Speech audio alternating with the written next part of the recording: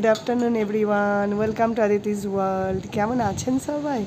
আশা করি সবাই ভালো আছেন, আমরাও ভালো আছি। আজকে সকালের ওয়েদার দেখে বুঝতে পারছেন, সকাল বলবো না, বেলা হয়ে গেছে অনেকটাই। তো অ্যাকচুয়ালি এখন যেহেতু শরতের মেঘ, যেদিকে মেঘ সেদিকে বৃষ্টি হচ্ছে। ওই সাইডটা দেখুন বৃষ্টিই হচ্ছে, কারণ ওই সাইডটাতে প্রচুর মেঘ হয়ে আছে, মানে একদম ধোঁয়া ধোঁয়া কালো কালো হয়ে আছে না মেঘ। আর আকাশের এদিকেও ছিন্ন বিচ্ছিন্ন মেঘ আছে, নেই তা নয়, বাট এদিকে এখনও বৃষ্টিটা হয়নি। তো মোটামুটি আজকে গত দুদিন ধরে এমনই বৃষ্টি হচ্ছে। গতকাল তো মিশিদের স্কুলে ছুটিই দিয়ে দিয়েছিল হেভি রেনফলের জন্য। আর এগুলো পাহাড়ি এলাকা না, এখানে একটু মানে ল্যান্ডস্লাইডের একটা ভয় থাকে, তো অটোমেটিক আগে থেকেই স্টেট গভর্নমেন্ট থেকে ছুটি অ্যানাউন্স করে দেয় এখানে। তো আশপাশে দেখছেন কীভাবে বিল্ডিং উঠে যাচ্ছে। তো যতদিন এই পাহাড় টাহাড়গুলো দেখা যায় ততদিনই ভালো, এরপর তো সেগুলো দেখাতে পারবো না।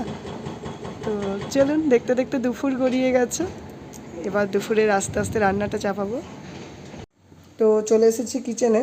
আজকে বানাবো হচ্ছে মেয়ের জন্য তালের ফুলুরি। এই যে তালের মাড়ি করা ছিল, এটাকে অল্প অল্প করে বানাবো। এটার মধ্যে সুজি একটু অল্প পরিমাণে আপনার দিয়েছি হচ্ছে ময়দা, একটু চিনি, একটু গুড়, আর আরেকটা জিনিস মিসিং হয়েছে, এটা আমাকে দিতে হবে অবশ্য। আচ্ছা, এর মধ্যে দিয়েছি হচ্ছে একটু আদা, আর একটু আদা বলছি, শুকনো খোলায় ভাজা মৌরি আর এলাচ থেতো করে এটার মধ্যে দিয়েছি। আচ্ছা, এটার মধ্যে নারকেল কোড়া দেওয়ার ইচ্ছা আছে, দেবো, দেখি কেমন লাগে খেতে।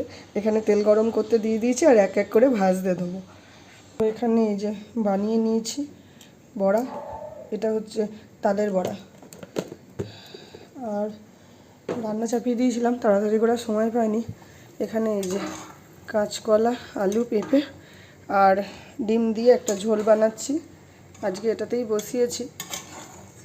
আর এখানে ভাত হচ্ছে, আর করেছি হচ্ছে এই যে আলু আর করলা ভাজা। তো এই ঝোলটা ফুটে গেলে দিয়ে দেবো ডিমগুলো। তো আজকে এইটুকুনেই রান্না করেছি। দুপুরের লাঞ্চের পরে কিছুক্ষণ রেস্ট নিলাম, তারপর চলে এসেছি রাতের জন্য একটু তড়কা বানাতে। তো এই যে স্প্রাউটেড মুগ ছিল, আর ছিল হচ্ছে আপনাদের দেখিয়ে দিই, এই যে চানা ডাল। এই চানা ডাল আর স্প্রাউটেড মুগ দিয়ে আজকে করব হচ্ছে একটু ডাল তড়কা। আর সাথে রাতে ফুলকো মানে রুটি বানাবো। আমি তো পরোটা বানিয়ে নেবো আমার জন্য, শ্রমিক বলেছে রুটি খাবে। এই স্প্রাউটেড মুগ ভীষণ উপকারী, যেহেতু এটা স্প্রাউট বেরিয়ে গেছে এটা থেকে, মানে কল যেটাকে আমরা বলি, অঙ্কুরিত আর কি। অঙ্কুরিত চানা বলুন, অঙ্কুরিত মুগ বলুন, এগুলো ভীষণ উপকারী হয়। তো এটা জাস্ট কিচ্ছু না, 2-3টে হুইসেল দেবো আর বাকিটা কড়াইয়ে বানাবো। আচ্ছা, এটার মধ্যে অল্প একটু হলুদ দিলাম পরিমাণ মতন, যাতে একটু কালার হয়, আর দিয়েছি হচ্ছে অল্প নুন। এখন এটা দিয়ে মানে 3-4টে হুইসেল দেবো, যাতে ভালোভাবে ডালটা গলে যায়। নুনটা পরিমাণ বুঝে দেবো, আমি একটু বেশিই দিলাম, কারণ একবারে নুন ছাড়াও তো ভালো লাগে না। আচ্ছা, এটার মধ্যে অনেকে মশলা দিয়ে দেয়, আমি রাইট নাও কোনো মশলা দিচ্ছি না, এটাকে এমনিই করব। আর বাকি পেঁয়াজ টমেটো দিয়ে কারিটা আমি ইয়েতে বানাবো, কড়াইয়ে বানাবো। তো যখন বানাবো আবার শেয়ার করবো আপনাদের সাথে। এই যে গ্যাসের ফ্লেম রেখেছি মিডিয়াম টু হাই, এখানে 3-4টে সিটি পড়বে, তারপরে হয়ে যাবে সিদ্ধ। এখন বাজছে প্রায় সন্ধ্যে 7টা, তো আমি এখন সন্ধ্যে দিয়ে নিলাম এখানে। আর আজকে কিন্তু কন্টিনিউয়াস বৃষ্টি হয়ে যাচ্ছে। তো চলুন দেখাই। চলে এসেছি ব্যালকানিতে, কিন্তু মিসিকে লুকিয়ে এসেছি, কারণ ও বুঝতে পারলে কিন্তু চলে আসবে। কন্টিনিউয়াস বৃষ্টি হয়ে যাচ্ছে, এই দেখুন। একবার ভাবলাম নিচে যাব, কয়েকটা জিনিস কেনাকাটির আছে, কিনে নিয়ে আসবো, সাথে একটু ডিম নিয়ে আসতাম বা একটু চিকেন, যে কোনো একটা কিছু আনতাম, বাড়ির কাছেই দোকান। কিন্তু এতটাই বৃষ্টি পড়ছে যে মিসিকে নিয়ে বেরোনোর উপায় নেই। আমি লুকিয়ে বেরোতে পারবো না, কারণ যখনই যাবো ও টের পেয়ে যায়, কারণ শ্রমিক অফিস করছে, ও মিসি আমার কাছেই আছে। তো ওই জন্য বেরোতে পারলাম না এই বৃষ্টির জন্য, কারণ যেভাবেই যাই রাস্তায় জল কাদা আছেই, উপায় নেই। তো আর আজকে বেশ কনকনে ঠান্ডা ওয়েদার। চলে এসেছি কিচেনে। তো রাতে তড়কা বানাবো বলেছিলাম, সেটা দিয়ে জোগাড় করেছি। টমেটো, পেঁয়াজ, বেশি করে রসুন নিয়েছি, আর এখানে গোটা এটা নিয়েছি তেজপাতা, শুকনো লঙ্কা আর গোটা জিরা, আচ্ছা, এখানে অনেকে গরম মশলা দিতে চাই, আমি ওপর থেকে পরে গরম মশলা গুঁড়ো দেবো, আলাদা করে দিচ্ছি না। আর এখানে এই যে আমি তখনই দুপুরবেলা যে সিদ্ধ করে নিয়েছিলাম স্প্রাউটেড মুগগুলো, সেটাই আপনাদের সাথে শেয়ার করছি। এই দেখুন, এটা একটা তেজপাতা আর একটা কাঁচা লঙ্কা দিয়ে এটাকে অল্প নুন দিয়ে সিদ্ধ করে নিয়েছিলাম। তো এটা মোটামুটি এই দেখুন সিদ্ধ হয়েই গেছে, ভালো রকমই সিদ্ধ হয়েছে। এই দেখুন, দেখলে বুঝতে পারবেন। তো আমি দেখিয়ে দিই আপনাদের, দেখলে এই দেখুন নরম। তো কড়াইয়ে তেল গরম করতে দিয়ে দিয়েছি। তেলটা মোটামুটি গরম হয়ে গেলে এর মধ্যে এক এক করে এরকম শুকনো মশলাগুলো আগে দেব, যেমন তেজপাতা, শুকনো লঙ্কা, জিরা, এগুলো এক এক করে দিয়ে দেবো।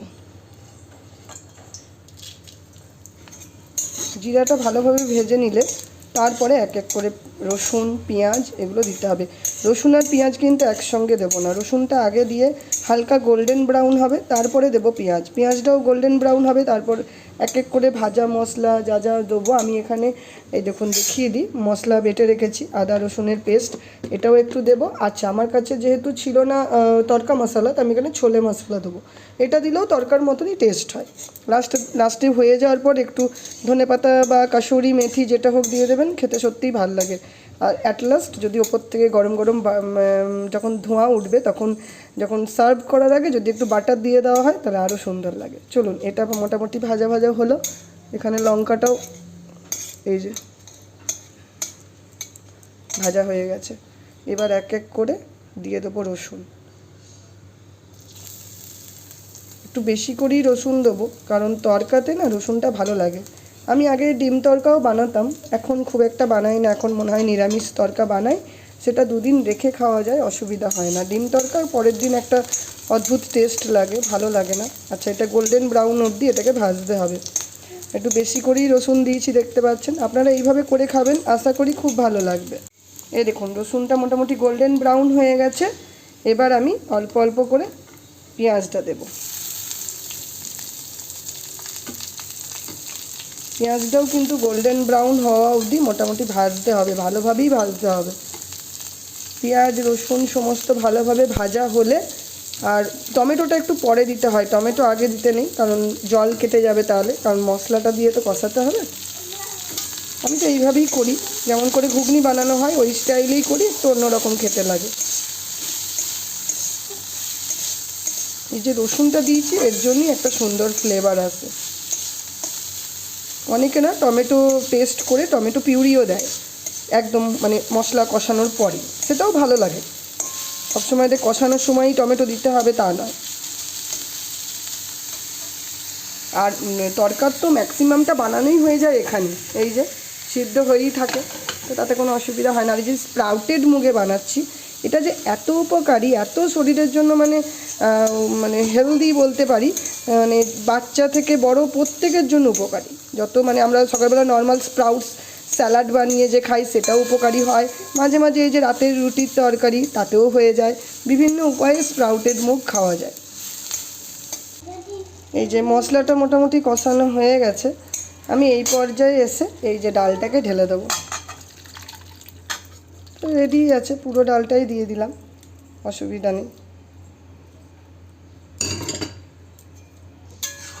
আর কিচ্ছু করতে হবে না, এটা পরিমাণ মতনটা ফুটবে, নুন মিষ্টির আন্দাজটা দেখে নেবেন। যে যদি অনেকে তো মিষ্টি দিয়ে খান, আমি নর্মালি মিষ্টি দিই না। আর হয়ে গেলে পরে একদম ফুটে যাবে, ওপর থেকে ওই চানা মশলাটা দেবো, আর তারপরে দেবো হচ্ছে ধনেপাতা, বাস, তাহলেই রেডি হয়ে যাবে আজকের তরকা। এই দেখুন স্প্রাউটেড ডাল, দেখছেন কি সুন্দর স্প্রাউটেড মুখগুলো লাগছে। দাঁড়ান দেখাই, এই দেখুন, ভীষণ উপকারী। আমি তো বলবো বাড়িতে যদি বাচ্চা বয়স্ক মানুষ যদি থাকে তাদেরকে করে দিন, সকালে হোক রাত্রে হোক, এর কোনো নির্দিষ্ট সময় নেই, খুবই উপকারী শরীরের জন্য। চাল মেথি দিয়ে ভিজিয়েছি, আর এদিকে কলাইয়ের ডাল এই যে ছেঁকে নিয়েছি জল ঝরিয়ে। এটা ভয়ঙ্কর ফার্মেন্টেড হয়েছে, এতটাই হয়েছে যে আমি মিসিকে বলছি একটু আগে থেকে যে কোথায় যেন গন্ধ ছাড়ছে। এটা ভীষণ ফার্মেন্টেড হলে একটা ব্যাড স্মেল বেরোয়। তো এই দেখুন, এটাকে পিষে নিতে হবে। এক এক করে পিসবো, আগে ডালটা পিষে নেবো, একটা আলাদা পাত্রে নিয়ে নেবো, তারপরে চাল পিসবো। আচ্ছা হ্যাঁ, এটার মধ্যে ফ্রেশ ওয়াটার দিতে হবে। চালটা ভালো করে আমি ধুয়ে নিয়েছি, এর মধ্যে ফ্রেশ ওয়াটার দেবো এই যে। আর এটার মধ্যে দিয়ে দেবো একটু আদা, আর এই যে একটু কাঁচা লঙ্কা, খুব বেশি দিচ্ছি না, দিয়ে এটাকে এবার মিক্সিতে পেস্ট করে নেব। তো এখানে এই যে ডালটা বেটে নিয়েছি, এবার এক এক করে চালটাও করে নেব। আর এই দেখুন এরকম একটা পাতলা ব্যাটার করতে হবে। অনেকেই দানা দানা রাখে, কিন্তু আমি দানা দানা করবো না, এটা একদম মিহি একটা ব্যাটার তৈরি করব। ডালটা মোটামুটি এখানে পেস্ট করে নিয়েছি, এইরকম ঠিক হবে, খুব পাতলা হবে না। আর এখানে চালটাও রেডি করে নিয়েছি। জলটা নিজেদের পরিমাণ মতন দিতে হবে। এখানে দেখুন অল্প একটু আদা দিলাম, অল্প কাঁচা লঙ্কা দিলাম, খুব বেশি দিলাম না, তাহলে খুব বেশি ঝাল হয়ে গেলে আমার মেয়ে খেতে পারবে না। তো জলটা নিজেদের পরিমাণ মতন, খুব পাতলা ব্যাটার বানাবো না, কারণ এটাকে আজকে রাতে রেখে কালকে সকালে আবার বানাবো। তো এটাকে মিশিয়ে নিই।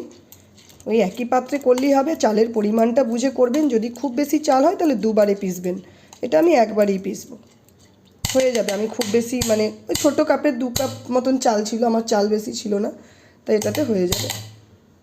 তো আমার এখানে চালের পেস্টটাও রেডি হয়ে গেছে। এখন এটা আমি সারা রাত রেখে দেবো। আজকে নুন মেশানো যাবে না, দুটোকে মিক্স করে দিলাম। আপনারা আলাদা আলাদা রাখতেও পারেন, আমি দুটোকে মিশিয়ে সুন্দর করে একটা পাত্রেই রেখে দিলাম, কারণ আমি এই পাত্রটা থেকেই কালকে বানাবো। আর আমি তো যে পরিমাণটা দিই আমাদের যাতে একবেলায় হয়ে যায় সেইভাবেই দিই। আচ্ছা, যদি এটাকে মনে করেন যে আমি আমার আগের ভিডিওতেও বলেছি, যারা জানেন আমি বানিয়েছি উত্থাপাম আপ্পে, তার সেমই ব্যাটার হবে। কনসিস্টেন্সি দেখে নেবেন কীরকম হয়, দুটোকে মিক্স করার পর এরকমই আসে, খুব পাতলাও না খুব ঘনও না। আর এই ব্যাটারটা যদি ওভারনাইট রেখে দিয়ে প্রিজার্ভ করে যদি মনে হয় 2 দিন 3 দিন করে রেখে খাবো, তাহলে কখনোই নুন মেশাবেন না। নুন মেশালে কিন্তু এই ব্যাটারটা পুরোটাই নষ্ট হয়ে যায়। আর এটারও যে চাটনি আমরা বানাই এটা খাওয়ার জন্য, উত্তাপাম আপ্পে বা লোনি সেট ধোসা, তার জন্য চাটনির মধ্যেও নুন মেশাই না যদি প্রিজার্ভ করতে হয়। আচ্ছা, যখন খাওয়া হবে তখন নুন মিশিয়ে খাওয়া হয়। তো এটা হয়ে গেল আজকে রাতের মতন, এটা কমপ্লিট। এবার এটা ঢাকা চাপা দিয়ে এটা আবার কালকে যখন বানানো হবে তখন ফ্রিজ থেকে বার করব। আর এখানে আমার তড়কা কমপ্লিট। তো আজকে একসঙ্গে অনেক কিছু রেসিপি আপনাদের সাথে শেয়ার করলাম। কেমন লাগলো অবশ্যই জানাবেন। আর যদি ভালো লাগে তাহলে প্লিজ লাইক শেয়ার এবং সাবস্ক্রাইব করবেন। আজকের মতন ভিডিও এখানেই শেষ করছি। শুভরাত্রি।